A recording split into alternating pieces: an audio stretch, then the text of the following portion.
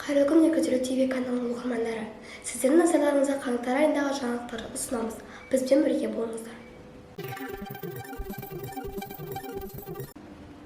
Тайымбет Көмекбаев атындағы номер 250 мектеп-лицейінде тірек мектебі жетістікке бірге жетеміз тақырыбында маңызды облыстық семинар өтті. Бұл шара аймақтың білім беру жүйесіндегі ынтымақтастық пен тәжірибе алмасуды нығайтуға бағытталды. Семинар барысында мектеп-лицей ұстаздары Қызылорда қаласындағы химия, биология бағытындағы Назарбаев зияткерлік мектебінің тәжірибелі педагогтарымен бірлесе отырып, ашық сабақтар мен шеберлік сыныптарын өткізді. Сонымен қатар коучингтер мен практикалық сабақтар ұйымдастырылды. Бұл қатысушыларға жаңа білім мен дағдылар алуға мүмкіндік берді. Шараның ерекшелігі ауданымыздағы магниттік мектептердің ұстаздары белсене қатысып, бір-бірімен тәжірибе алмасты. Бұл семинар ұстаздар қауымының кәсіби дамуына, оқушылардың сапалы білім алуына жағдай жасайтын маңызды қадам болды. Қазақстан мектептерінде таза Қазақстан акциясы аясында экологияны қорғауға бағытталған іс-шаралар белсенді түрде ұйымдастырылуда. Бұл акция табиғатты сақтау мен қоршаған ортаға қамқорлық жасауға, оқушыларды баулу мақсатын көздейді. Мектебімізде қоршаған ортаны қорғау тақырыбына арналған тәрбие сағаттары ұйымдастырылды. Сабақ барысында оқушылар экологиялық мәселелерді талқылап, қоршаған ортаға зиян тигізбеудің маңыздылығын түсінді.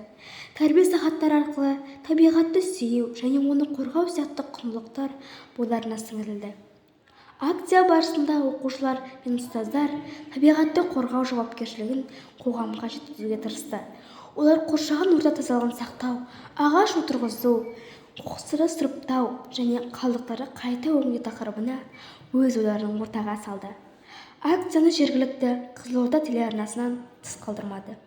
Олар мектепте өткен іс-шараларды түсіріп, қоғамдық назарды экологиялық мәселелерге аударуға үлес қосты. Телеарна арқылы акцияның маңыздылығы мен мектеп оқушыларының белсенділігі кең аудиторияға жеткізілді.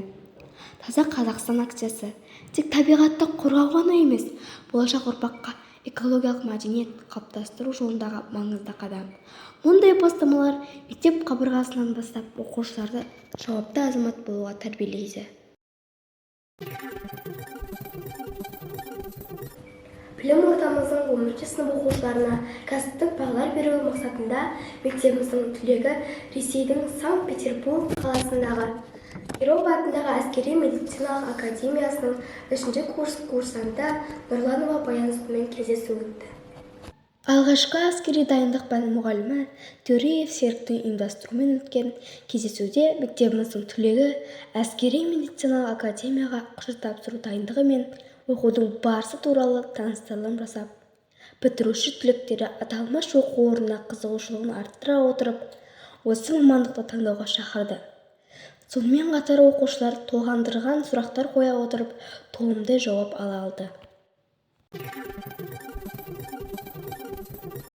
Тарих бізді өткенмен байланыстырып, болашаққа бағыт береді. Уақыт өтенің арнасы бізді әр дәуірге алып барады. 13 қаңтар күні Тайымбет Көмекбаев атындағы номер 250 мектеп-лицейінде тарих бірлестігінің ұйымдастыруымен тарихи терең, болашақ бекем ұлы далам тақырыбында апталық ашылуы болды. Оқушылар тарихтың іздерімен, өткеннен болашаққа айдарымен сахнаға тарихи уақыттардың хронологиялық көріністерін көрсетіп, дәуірдің басты оқиғаларын костюмдер мен реквизиттер арқылы бейнелеп, түрлі кезеңдерге саяхат жасады. Апталық барысында түрлі іс-шаралар, ашық сабақтар өткізіліп, оқушылар бір апта тарих әлеміне саяхат жасады. Жаңа жыл мерекесі қарсаңында балалар аяз атадан сыйлық күтетіні белгілі. Жаңа жыл ең алдымен балаларға қуаныш сыйлайтын ғажайыпқа толы мереке болғандықтан, Тайымбет Көмекбаев атындағы номер 250 мектеп-лицей директоры Еркебаева Гүлзира Мұратбекқызының әлеуметтік педагог пен арнайы мамандармен бірге ұйымдастыруымен балаларға жаңа жылдық көңіл күй сыйлау мақсатында Аяз ата мен Қарша қызы ертіп, ерекше қажеттіліктері бар балаларды шаңырағын аралап мерекемен құттықтады. Жаңа жылдық түрлі сыйлықтар мен қуаныш сыйлап, Балалардың аяз атаға дайындаған жаттауларын тыңдап қайтты. Мерекеге орай ізгі тілегімен келген қонақтарға балалардың ата-аналары өз ризашылықтарын білдірді. Тайынбек Дүмкбаев атындағы нөмір 250 мектеп-лицейінің кітапханасында қадірлі қаламгер Ілияс Есенберлиннің 110 жылдығына орай аңыз болған Ілияс тақырыбында портрет кеші өткізілді. Шараның мақсаты аты аңызға айналған тұлғаның шығармашылығын білім алушыларға насихаттау, өнегелі өмір жолы туралы ақпарат беру, оқушылардың таным көкжиегін кеңейту. Портрет кеші барысында шараның ұйымдастырушысы, мектеп кітапханасының меңгерушісі Адилова Мария Ілияс Есенберлиннің өмір жолы туралы сөз қозғаса, қазақ тілі мен әдебиет пәнінің мұғалімі Кадирова Альбина тағылымды тұлғаның туындыларын сөзіне арқау етті.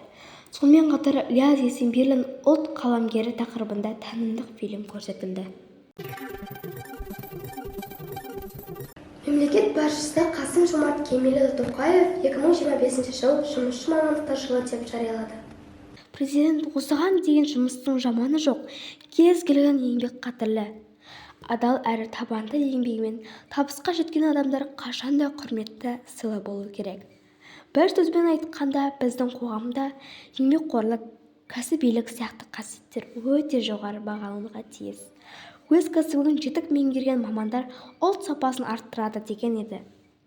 Осы орайда Қармақшы аудандық техникалық колледжінің студенттері мен педагог мектебіміздің оқушыларымен ұйымдастырылған оқу өндірістік комбинатының сабақтарына қатыстырылды. Мақсаты жұмысшы мамандықтарды дәріптеу арқылы қоғамда еңбекқор және нағыз маман болып қалыптасуы идеясын насихаттау. Бүгінгі жаңалықтар легі осындай. Келесі кездескенше.